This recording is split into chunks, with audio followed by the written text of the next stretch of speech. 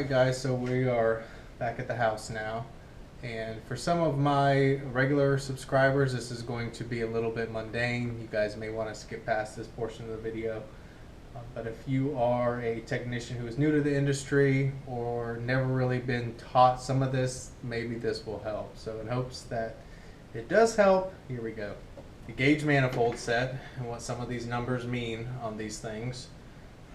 This is not a set most likely that you have. This is more for heating and air, but they still function the same. Obviously we want to make sure that both of our valves are closed, or you will have the high pressure freon going in this hose, going through the block and back out your low side hose, as Justin kind of had that problem. But really, the only reason that these gauges measure pressure is so that we can convert the pressure measurement to temperature. And that's what these other little rings are for in the gauges.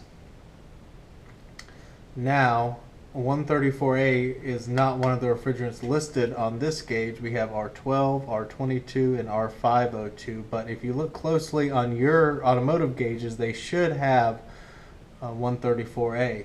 Every pressure corresponds to a temperature on the low and the high side gauge. That's really the reason that we measure the pressure, is so that we can convert that pressure measurement into a temperature so we can see what is going on inside the system. Alright, for this demonstration I took the liberty to draw out a set of gauges that have the 134A pressure temperature chart on them. So this is where I got the readings from. This is a pressure temperature chart. You could probably Google one of these and be able to see at what pressure this certain freon. See, every freon is different. That's why they have so many types of freon. But let's just say at 35 psig, 134A is 40 degrees. And that is the same chart that is on the gauge manifold set. And you may ask, why do we care what temperature is? And I'm glad you asked that question, and I hope to try to explain some of that. So, as you remember from the video on the S10, the high side gauge is measuring the condensing temperature. In fact, that's actually a technical term. So high side is condensing temperature.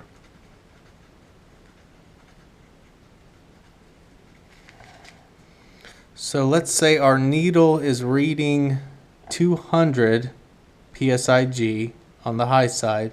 That would mean that our freon is condensing at 131 degrees in the condenser in front of the radiator.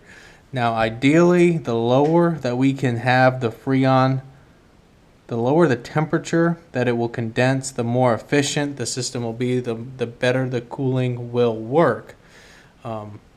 So that's an overview on what these numbers mean on the high side. The low side is the evaporation temperature.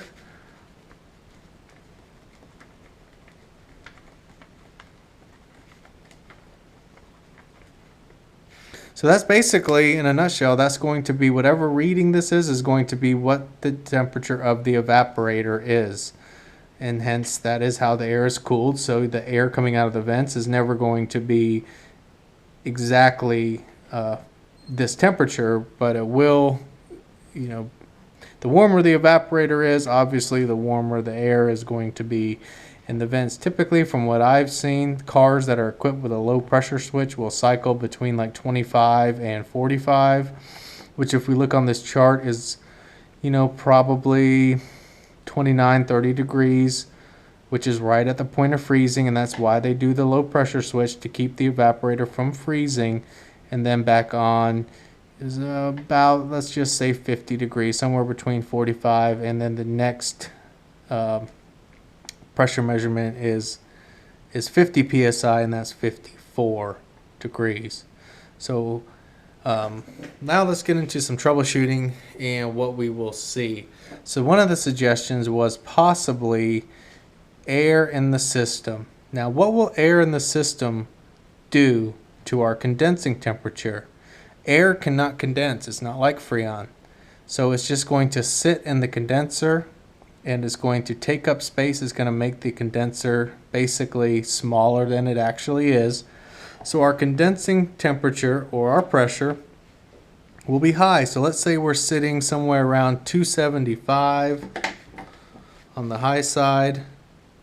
Now the evaporation temperature will usually be low to normal. So let's say we have a car, it's not cooling very well, and the readings are 275 over 30, cycling on and off. Obviously, as a low pressure switch cuts it on and cuts it out. What we want to do then is check to make sure the condenser is clean. And if the condenser is clean and the fans are working correctly, we can then assume maybe there is some air in the system or some contamination, increasing the condensing temperature, you know, up to 146, 150 degrees. The system is not going to work very well that high. So this problem here could be fan issue, a radiator fan issue, could be air in the system, and so forth. Let's say that we have a restriction in the system. Now this kind of gets us into a little bit of a gray area. A restriction in a system that is properly charged with Freon will usually show low head pressure for conditions, and it will also show low suction pressure for conditions. Now cars that are equipped with a low pressure switch, you will find that it cycles the compressor on, zoom, heads down quickly, cycles it off, on, off, on, off, all while our head pressure is staying relatively low. Now it is very hard to distinguish between a system that is just low on Freon and restriction.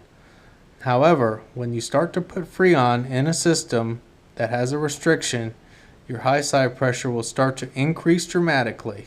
Now we're up to 200, now we're at 250. And our suction pressure is real. It might be slightly better, but it's still not running the compressor enough.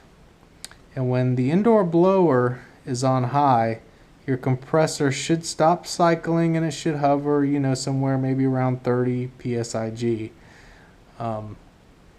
So if all of a sudden your high side pressure, your condensing temperature starts to rise and your evaporator temp does not rise, you can be sure that you either have a restriction or possibly a TXV or orifice tube, but those also fall in the realm of restriction problem.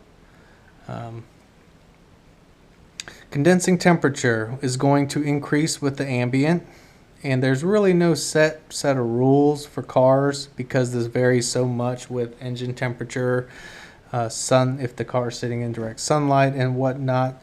But typically I would say 250 is like the critical point. Anything higher than 250, our condensing temperature is just so high that something is not right in the system. It could be air, because again that air is going to take up space inside the condenser that is basically not going to be used anymore, and that is going to then lower our evaporation temp.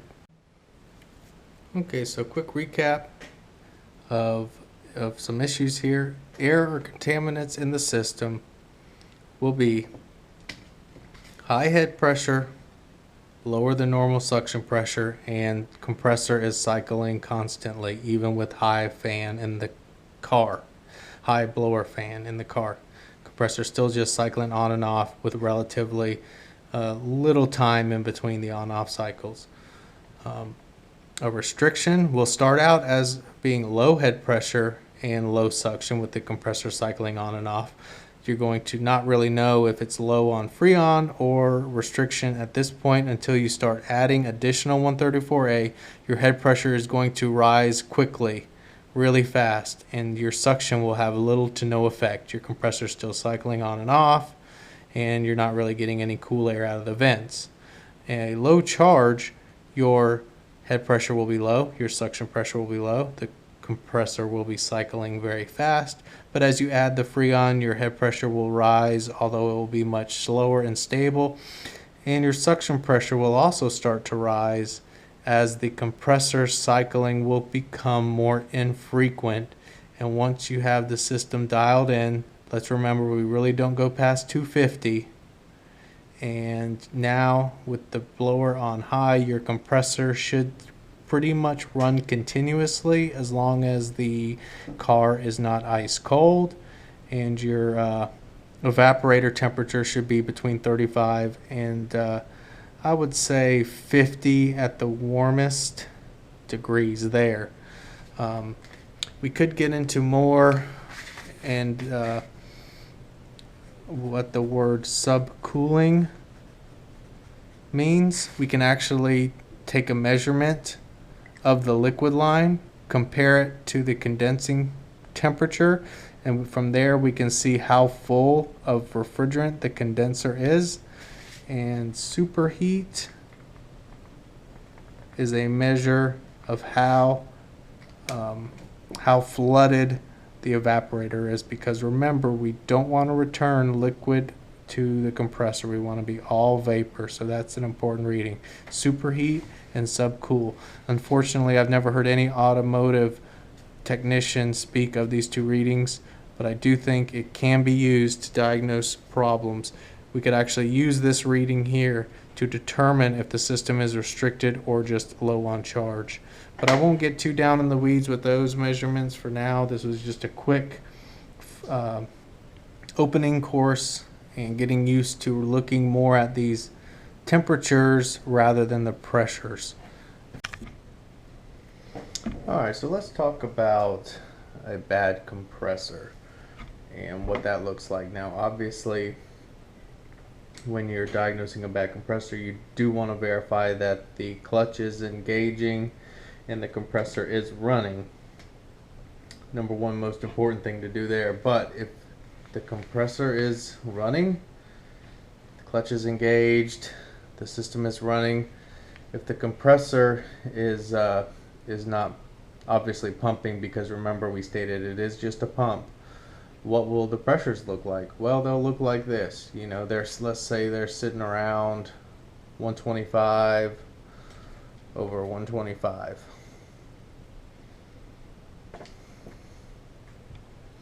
The compressor kicks on, and compressor kicks on. Let's just say our high side pressure goes up a little bit to 150, and maybe our low side, you know, moves just a little bit, but then it just kind of sits there, and the high side's not going up, the low side is not dropping. That is the telltale sign of a weak compressor. Of course, a compressor can maybe be slightly worn out, and on a hot day you maybe get 175 over 80 or 90. You know, if the system were not charged right and we had a good compressor, obviously the condensing temperature would be much higher. This would be a indication of too much refrigerant in the system. But usually low head pressure, high suction or evaporator pressure is a telltale sign of a compressor. Alright, so number 4 on our list, weaker bad compressor, low head pressure, and I wrote temp in parentheses because I want to get you guys to think more about temperature than really the pressure number. It's not like reading a tire, it's not like reading oil pressure. We are using that pressure to convert to temp. So low head pressure, high suction pressure is a telltale sign of a weak or bad compressor. Unfortunately, in a car you don't have any valves to open and shut to be able to test a compressor out. So we're pretty limited in what we can do as far as checking the efficiency or the pumping operation of a compressor. So we're just going to have to leave it at that. Low head pressure, high suction pressure. I'll add one thing.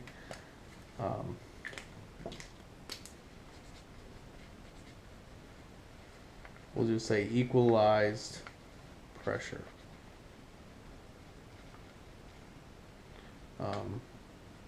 Low side is equal to high side.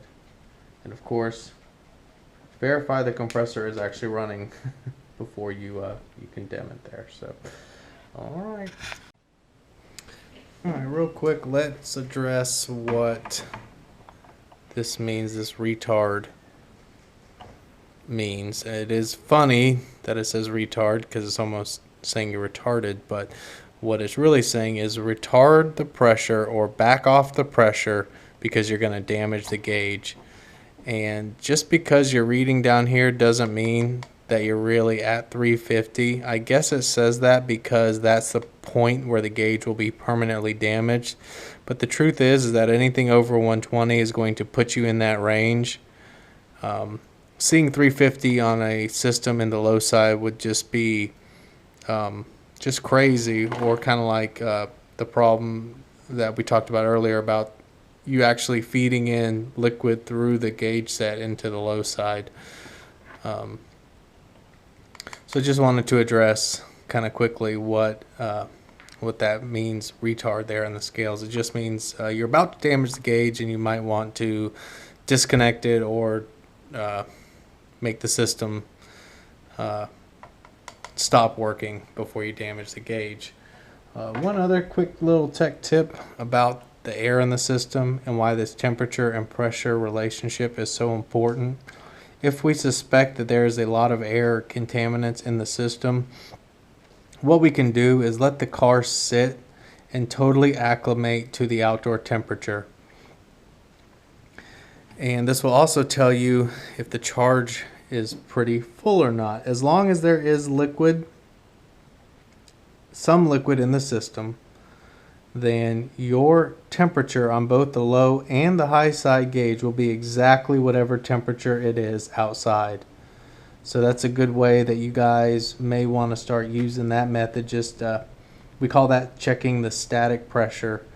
And let's say that the ambient is, we'll just use 69 since it's easy to do. Your low side gauge will be 70 and your high side gauge will be 70. Air in the system will be, you're considerably higher than the actual temperature outside. Of course, you got to let the car almost sit overnight to really take that temperature. This test isn't always foolproof either, because if the space in the coils, the evaporator and the condenser, if there's so much space that the air can take some of the room, the temperature, or I'm sorry, the pressure will not increase that much. So keep that in mind, but it is a good quick way to kind of tell if the pressure is being affected by the temperature. But what happens is once the system kicks on, the system will start pumping again, and now all the air is going to hang out in the top of the condenser, and it's not really going to be moving through the system as it operates. So sometimes your system will look okay when in fact there is air in there. So just thought I would add that to the video as well.